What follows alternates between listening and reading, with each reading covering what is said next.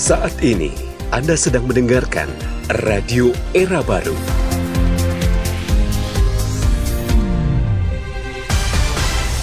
More green, more sustainable. Green Radio Line.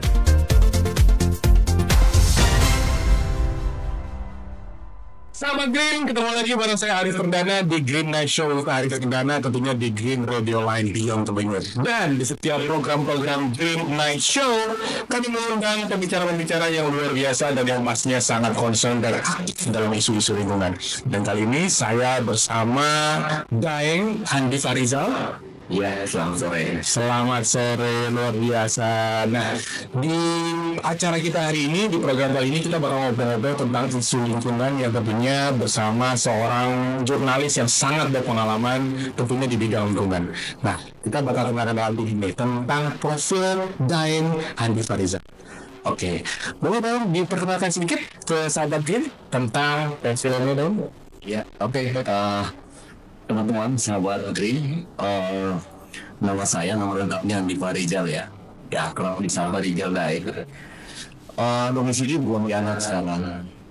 Tetapi alhamdulillah dalam diri nih ke lingkungan baru dan berkenalan sedikit dengan orangnya yang luar biasa kadang-kadang panas, tiba-tiba juga banjir. Saya rasakan semua, jadi ini luar biasa. Nah, sehari-hari saya adalah jurnalis, sebenarnya jurnalis lingkungan sejak 2026 ya. Mulai aktif ya, 2026 mulai. Sorry, bulan ya? Iya, buat itu iya, tahun depan ini satu. Jadi baru nanya ya, Kalau sekarang ini, jadi dari 2016 sampai 2026 itu baru coba-coba. Ternyata sudah kayak gini. Ya, udah stopnya. Jadi apa lagi ya yang ditemukan? Bapak saya. Jadi sedikit pengalaman tentang lingkungan ini, suka dukanya apa gitu? Iya, suka dukanya kita harus menanggung kelelahan pada jiwa itu sangat tantangan terbesarnya. Dan kemudian yang kedua adalah tidak semua orang sebenarnya senang dengan isu ini. Jangan soal isu. Ya isu lingkungan itu tidak semua orang senang. Tetapi orang-orang hanya akan peduli ketika suatu tiba-tiba panas ini ya, atau tiba-tiba banjir datang. Nah, itu contoh kecil. Sebenarnya mereka sudah tidak sadar bahwa sebenarnya itu lingkungan. Nah, itu hal kecil. Tetapi intinya adalah beberapa teman-temannya selalu mengeluh terakhir dan selalu mengeluh bahwa ketika kita bicara isu lingkungan berarti kita sesungguhnya sedang bicara tentang game sampai biosfer. Jadi ini sesuatu yang luas ya. Ya, sesungguhnya kalau tidak ada satu kekuatan, satu keinginan yang kuat dari teman-teman untuk tidak fokus ke sana, saya kira tidak ada kontrol yang akan bisa mencoba berteriak ya ketika kebijakan yang kita anggap tidak adil. Nah, kita mencoba masuk ke situ. Tantangannya memang berat. Kita harus ya lelah karena miskin, duit nggak ada, apa nggak ada. Tetapi pada akhirnya ini menjadi mantik ya, bahwa dengan memilih jalan hidup yang seperti ini, ternyata sanggup kita bisa bertahan sampai hari ini itu. Nah, itu aja. Ya, luar biasa. Dan ini tentang banyak banget sepak terjang yang udah dijalanin sama Daeng. Ini yang kita penasaran, apa sih motivasi awal Daeng dalam mendalami isu lingkungan ini? Apa yang harusnya Daeng? Iya, yang pertama sebenarnya saya tuh senangnya dengan politik ya. Saya senangnya dengan politik. Jadi di mana-mana ketemu dengan filmnya atau terbunuh. Nah, tapi saya belum lihat bahwa di sana pembahasan tentang isu lingkungan ini sangat kecil, gitu. Kalau saya katakan nggak ada yang unik, yang dibutuhkan adalah pembangunan infrastruktur yang udah dari jalan, jembatan, apa lagi nih yang berbau fisik ini. Ya nggak sama sekali. Kita memang bangun secara berkelanjutan itu agak sulit saat ini. Nah, kegemaran saya main ke kampung, main ke ke hutan, gunung, membuka cakrawala berpikir yang baru tentang sesungguhnya kita ini sudah terlalu sombong gitu ya manusia. Kita lupa bahwa segala akar masalah ini sebenarnya sumbernya adalah produk sana. Kalau dari gunung sana dari laut gitu. Apa masalahnya? Ketika Anda kebijakan yang salah, kemudian membuatkan begitu saja, maka sesuatu pasti akan terjadi. Ini soal hukum sebab akibat. Ya, jadi di sana saya melihat bahwa ini di tengah sepinya sentuhan tentang isu-isu lingkungan ini, kalau kita malah menghindar darinya, tidakkah ini adalah gimana? Akhirnya saya memilih bukan keluar 100%, tetapi memilih untuk mencari jalan baru, yang merenas jalan baru untuk masuk ke isu-isu yang jauh lebih menantang seperti isu lingkungan ini. Nah, amat banyak sebenarnya tantangannya dari sana ya. Kalau itu jauh dengan saya bahwa hutan itu mengajarkan saya banyak hal. Yang pertama, di sana saya belajar soal keberagaman. Ya. Kalau kita melihat hutan, itu tidak ada dominansi namanya ya, tidak ada dominansi spesies. Kita melihat tumbuhan, disebut tumbuhan itu karena dia beragam pada tumbuhan yang hidup. Tetapi mereka laki-laki kamu manusia meski beda-beda. Mereka hidup tumbuh dengan jenis yang berbeda itu ternyata dia harmonis saja.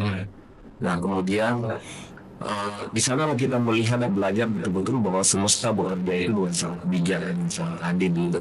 Ada satwa predator yang memangsa misalnya penggiling, dan saya lihat dia memang memangsa apa semua sebagai makanannya. Tetapi sesungguhnya itu semesta sudah mengatur bahwa kalau tidak ada penggiling, maka akan terjadi ledakan populasi pada semua, dan akhirnya itu juga akan menciptakan ketimpangan ekosistem. Sehingga itu menciptakan dengan caranya bagaimana supaya semua itu menjadi makanan terlebih untuk membatasi populasi yang sedemikian cepat berkembang biakan ini. Nah jadi akan terjadi masalah penggiling yang buruk gitu. Nah seperti itu. Jadi belajar betul-betul. Yang pertama soal harmonisasi alam. Kenapa alam itu bisa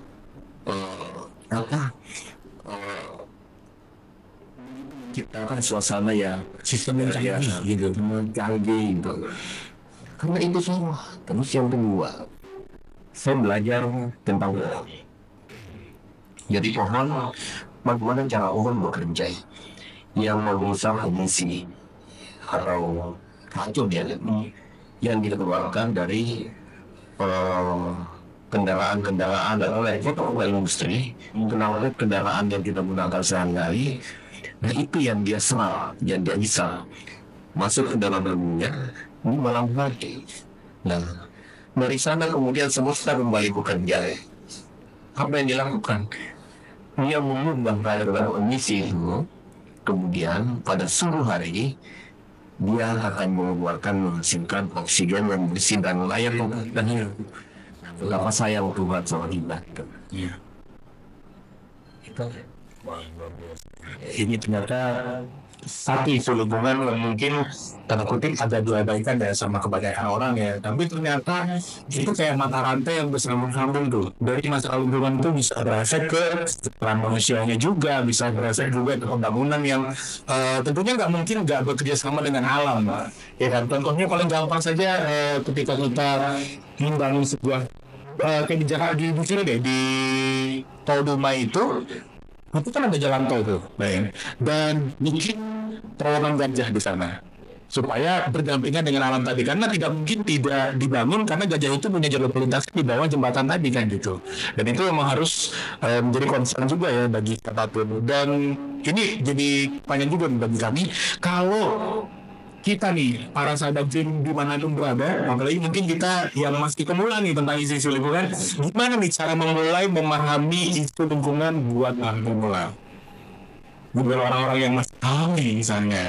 Iya, banyak sebenarnya. Banyak ini ya, banyak contoh-contoh pembelajaran yang bisa juga yang bisa dipetik oleh sahabat Green ini. Tidak perlu jauh-jauh, misalnya kita ke ke hutan atau kemana di kota saja. Isu-isu lingkungan di kota itu luar biasa sebenarnya. Cuma kadang-kadang kita tidak merasakan. Saya katakan tadi misalnya di Pekanbaru ini, sebentar saja hujan, kemudian banjir.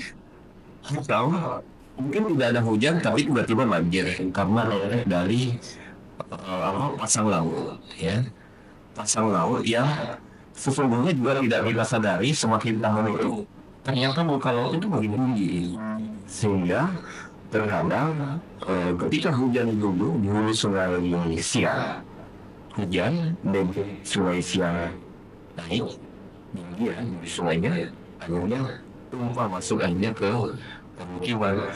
Nah, ada beberapa hal sebenarnya yang bisa kita pelajari melalui isu-isu seperti ini. Sangat mungkin itu terjadi karena kita kurang sadar bahwa anak sungai atau parit-parit yang dibangun itu sesungguhnya ada fungsinya di kota ya, fungsi untuk menahan banjir sebenarnya. Tetapi kita nggak sadar, dari selokan rumah, saluran rumah saja itu di selokan itu mampet nggak sih gitu. Terus yang nggak mampet itu adalah, nah, biarnya adalah kantong plastik atau plastik. Nah, anak-anak muda itu sebenarnya kalau di kolam usul pertahanan bisa belajar dari plastik itu bahwa ini adalah barang yang tidak akan hancur dan hanya bisa hancur ya dalam hitungan ratusan tahun.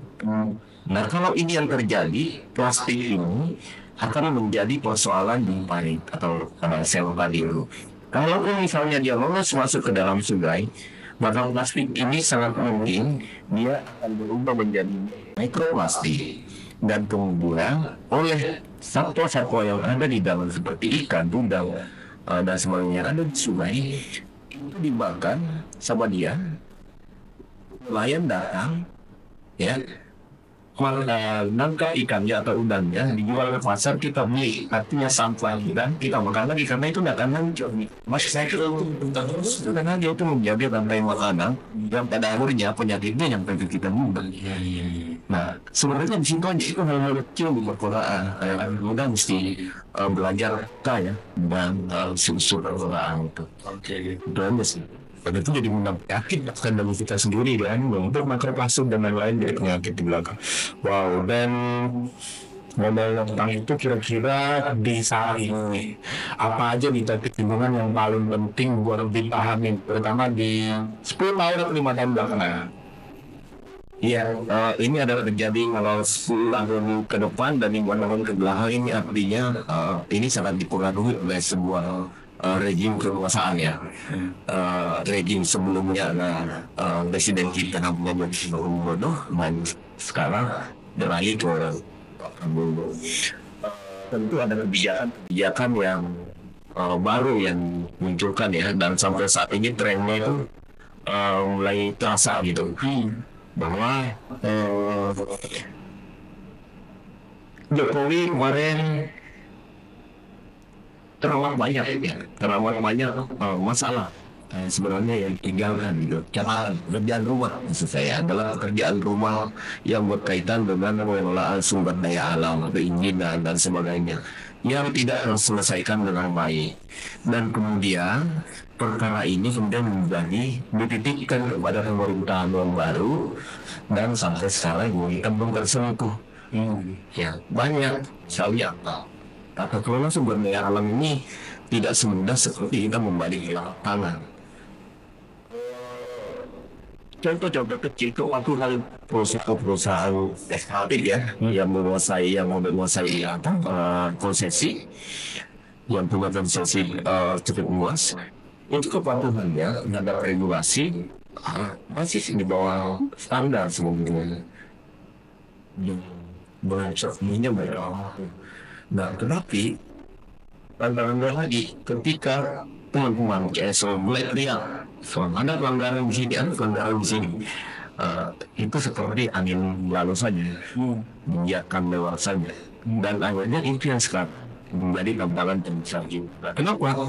Kenapa sampai harus dilakukan tantangan? Karena kalau ini tidak dikelola dengan baik, konsepsinya tidak dikelola dengan baik, maka dampak turunan dari semua itu sangat besar. Konsekuensinya sangat besar. Sampai dalam bencana hidrometeorologi, baik penggunaan banjir, pendapat lahan, dan semua itu adalah dampak turunan dari sebuah dan ekosistem. Saya kira itu yang ternyata banyak banget nih penelitian juga banyak banget hal-hal yang menjadi concern kita bersama ya, terutama di Indonesia terutama karena kan kita bandingin sama luar negeri, standar lingkungan mereka jauh lebih bagus dan lebih perhatian dari lingkungan. Dan tentunya kalau kita pengen belajar nih, baik apa nih sumber belajar atau media yang bisa direkomendasikan atau mungkin disarankan buat kita semua nih sadar green kan untuk menangani isu lingkungan ini dari apa aja nih? Ya, banyak ya. Satu aja yang mau saya sampaikan bahwa proses kita masuk dalam sebuah wilayah yang saya katakan tadi harus siap menanggung pengelolaan itu. Yang pertama soal komitmen dulu, kita harus punya komitmen yang kuat. Kemudian yang kedua kita harus punya keinginan untuk hidup berdampingan, artinya berkolaborasi. Nah, saya punya ide dari Pontianak dari Kalimantan Barat bahwa antara 2 bulan, tadinya saya mendidik 3 bulan termasuk Papua. Saya dekat nih dengan pulau yang juga lebih dekat, Kalimantan dan Sumatera. Akhirnya setelah saya coba kombinasikan kira-kira platform yang paling tepat untuk mengikat 2 pulau ini, ternyata nama yang lebih familiar ini adalah Kalisumber Kalimantan. Jadi saya mencoba kita bismillah saja untuk menginisiasi satu keinginan mimpi ya, satu mimpi namanya Poros Kalimantan Selatan, Poros Kalimantan. Nah, kenapa? Dasarnya dari mana? Dasarnya karena saya terlalu banyak berkomunikasi dengan jaringan yang ada di Pekanbaru, kemudian dari Sumatera Utara di Medan ya, kemudian di Kalimantan lagi, ternyata kita itu punya kesamaan nasib. Jadi kalau kita secara geografi, dua pulau ini memiliki kesamaan. Sumatera punya gambut, Kalimantan juga punya gitu. Sumatera punya gajah, harimau, orang hutan, Kalimantan juga punya hanya minus orang hutan ya. Ya Kalimantan punya gajah juga punya punya hutan. Nah berdasar kemudian tantangannya apa? Tantangannya adalah sumber daya alam kita ini sama-sama dikeroyok. Sama-sama dikeroyok. Oleh siapa? Oleh kemudian izin konsesi gitu. Nah artinya apa? Artinya ada persoalan yang sama, kita nasibnya sama, geografinya sama, ya sumber daya manusia itu juga sama. Nah masalah kita sama gitu. Kenapa tidak kita mengikat kekuatan? Ya, kita meningkatkan dalam komunikasi dulu yang lebih awal untuk mencoba melakukan semacam gerakan hijau yang kira-kira tumbuh dan diinisiasi oleh anak-anak kita sendiri, daerah sendiri terutama dari komunitas anak-anak muda. Jadi Pontianak saya mulai bagaimana caranya mencuri perhatian banyak orang ini untuk menghidupkan gagasan ini, dan ternyata pilihan saya adalah jurnalistik. Nah, jurnalis yang ini namanya jurnalis itu akan melibatkan para jurnalis, jadi jurnalis muda yang saya panggil dan saya undang. Kemudian siapa lagi yang melibatkan siswa itu kita panggil. Apalagi yang lain, bukan kreator konten. Nah, dasarnya ada bahwa setiap warga negara itu punya hak untuk menjadi seorang jurnalis. Kreator konten. Nah, soal pilihan kok kreator konten lebih tepat ya ininya memviralkan sesuatu. Ya kita mengajak mereka untuk duduk bersama dan belajar. Kami juga belajar sama mereka soal bagaimana menjalankan sesuatu. Tetapi kita ingin ini bukan perkara yang kita akan perkara yang viral saja, tetapi kita ada pesan-pesan edukasi. Jadi harus mengedukasi. Nah, kita mulai masuk dan anak-anak muda di Pontianak itu sangat ekstrim dan program itu dan dari jurnalis yang jumlah pesertanya yang datang itu sampai 60 orang gitu. Jadi bayangkan sebuah tim dengan di alam terbuka dan kita digugah oleh anak-anak muda yang selalu mau belajar gitu. Ya itu nantinya ke depan bahwa kita juga akan sama nih, misalnya di Pekanbaru juga akan melakukan hal yang sama, menggandeng konten jurnalis muda gitu ya. Nah, tentu melalui kekuatan kolaborasi buat kawan-kawan CSO yang ada di masing-masing pulau ini. Kalau itu jalan, kalau itu berhasil, saya pikir ini akan menjadi ekosistem yang selalu menguntungkan. Mereka lebaran sama. Wah, keren banget. Jadi udah ada gerakan yang tadi inisiasi oleh Daun nih buat bukan hanya di Kalimantan ya, tetapi juga diharapkan di sini di Sumatera juga semakin menyebar pengaruhnya gitu kan. Jadi kita udah mulai untuk lebih sadar dan concern terhadap lingkungan. Dan ngomong-ngomong tentang concern terhadap lingkungan, apa nih kebiasaan kecil kita sehari-hari nih yang bisa kita lakuin untuk lebih peduli terhadap lingkungan? Terus gimana nih caranya supaya tetap konsisten dalam gaya hidup yang ramah lingkungan meskipun kita semuanya sibuk sama bidang kita masing-masing? Dan tentunya kadang-kadang ada orang yang mulai melakukan masukan nih, apa aja kesalahan yang umum dilakuin saat orang ingin go green. Jadi mungkin ada salah arahan atau apa dalam memahami isu-isu lingkungan ini. Menurut Bang gimana?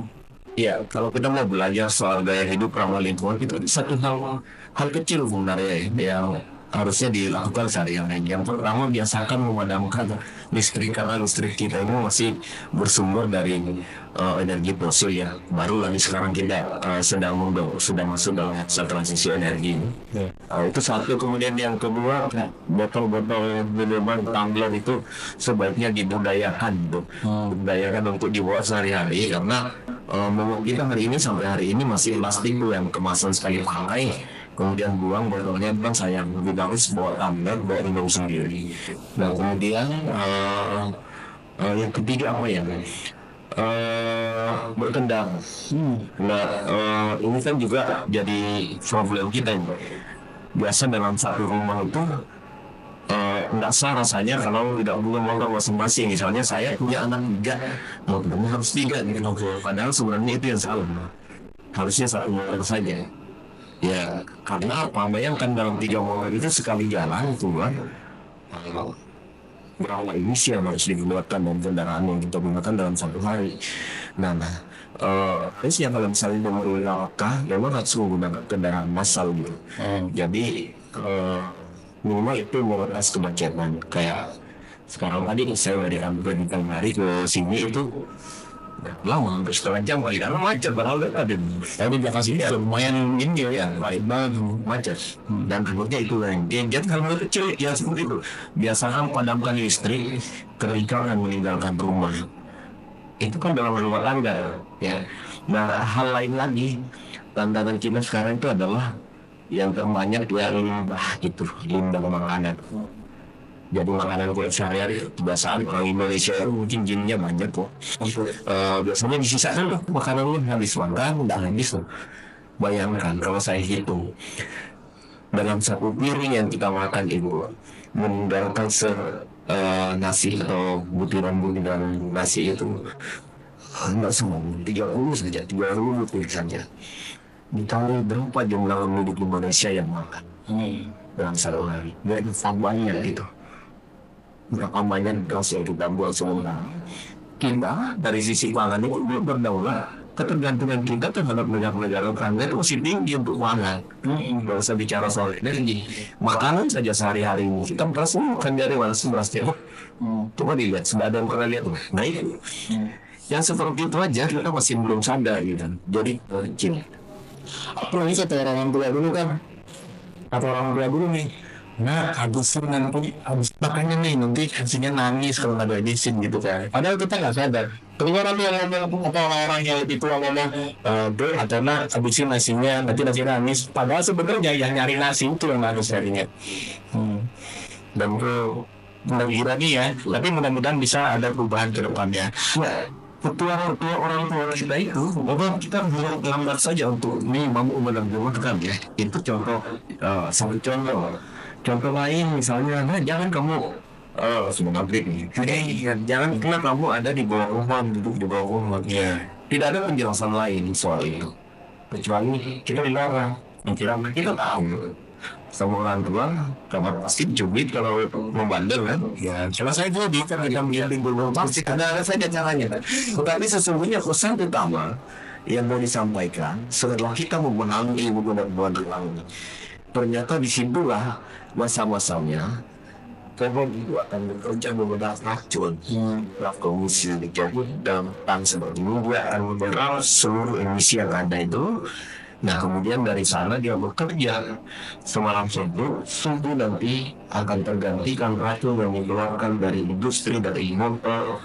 Kemudian pohonlah yang bekerja secara alami menggantinya dengan oksigen dan oksigen. Makanya kalau orang tua kita dulu lebih bagus kamu bangun subuh, bukan hanya soal patungan dan salah, tetapi itulah udara yang bersih karena mau bekerja mengeluarkan oksigen kan. Iya gitu. Bayangin kalau misalnya tahun-tahun itu sebenarnya itu bang atau kesenjangan ini makin berkurang, hasilnya gimana? Ya kita setiap hari akan bukan hanya racun yang akan kita hirup, tetapi emisi yang dilepas oleh industri-industri berkoran itu akan tembus ke atmosfer bumi. Kemudian di atas dia membentuk lagi seluruh kaca, itulah yang disebut dengan emisi rumah kaca. Ketika itu pantul oleh matahari, bayangkan seperti mantul gitu ya, tentu lebih panas daripada mataharinya sendiri. Iya, secara langsung dia lebih panas. Dan kalau itu kebetulan mengarah ke kutub utara sana, ya dengan konsentrasi di sana kalau cair muka laut akan semakin tinggi. Oke, di situ sebenarnya tadi. Oke. Dan sekarang gimana nih Sendayung kepada generasi muda yang pengen aktif di bidang ini? Ya, boleh saya sampaikan begini, sahabat Green. Isu lingkungan ini adalah isu masa depannya. Tantangan besar, semakin hari semakin besar. Tetapi di sana ada harapan bahwa tidak ada satu orang pun yang akan bisa menyelamatkan masa depan bumi kalau bukan di tangan anak. Mulailah menjadi agen perubahan tersebut. Jangan pernah lelah, karena di sana kita akan mulai merenda mimpi untuk masa depan yang lebih hijau itu. Saya kira itu. Nah ini nih ngobrol-ngobrol kita bareng dengan Deva Rizal, dan tentunya ini banyak banget insight-insight, ilmu-ilmu, sama pengalaman-pengalaman, juga warning-warning yang kita simak. Ini bakal jadi pelajaran banget untuk kita untuk menjaga lingkungan kita ke depannya supaya makin bersih, makin asli, dan juga berkelanjutan. Baik, terima kasih sama-sama. Makasih banyak waktunya, makasih banyak informasinya yang keren-keren. Dan ada salam-salam sedikit buat sahabat Green. Oh iya, salam lestari aja ya. Salam lestari. Baik, ya sahabat Green, sampai ketemu lagi di program Green Night Show selanjutnya, tentunya dengan pembicara dan narasumber yang bentolan pastinya. Hari berbeda undur diri dulu, sampai ketemu lagi di program selanjutnya. Saat ini Anda sedang mendengarkan Radio Era Baru.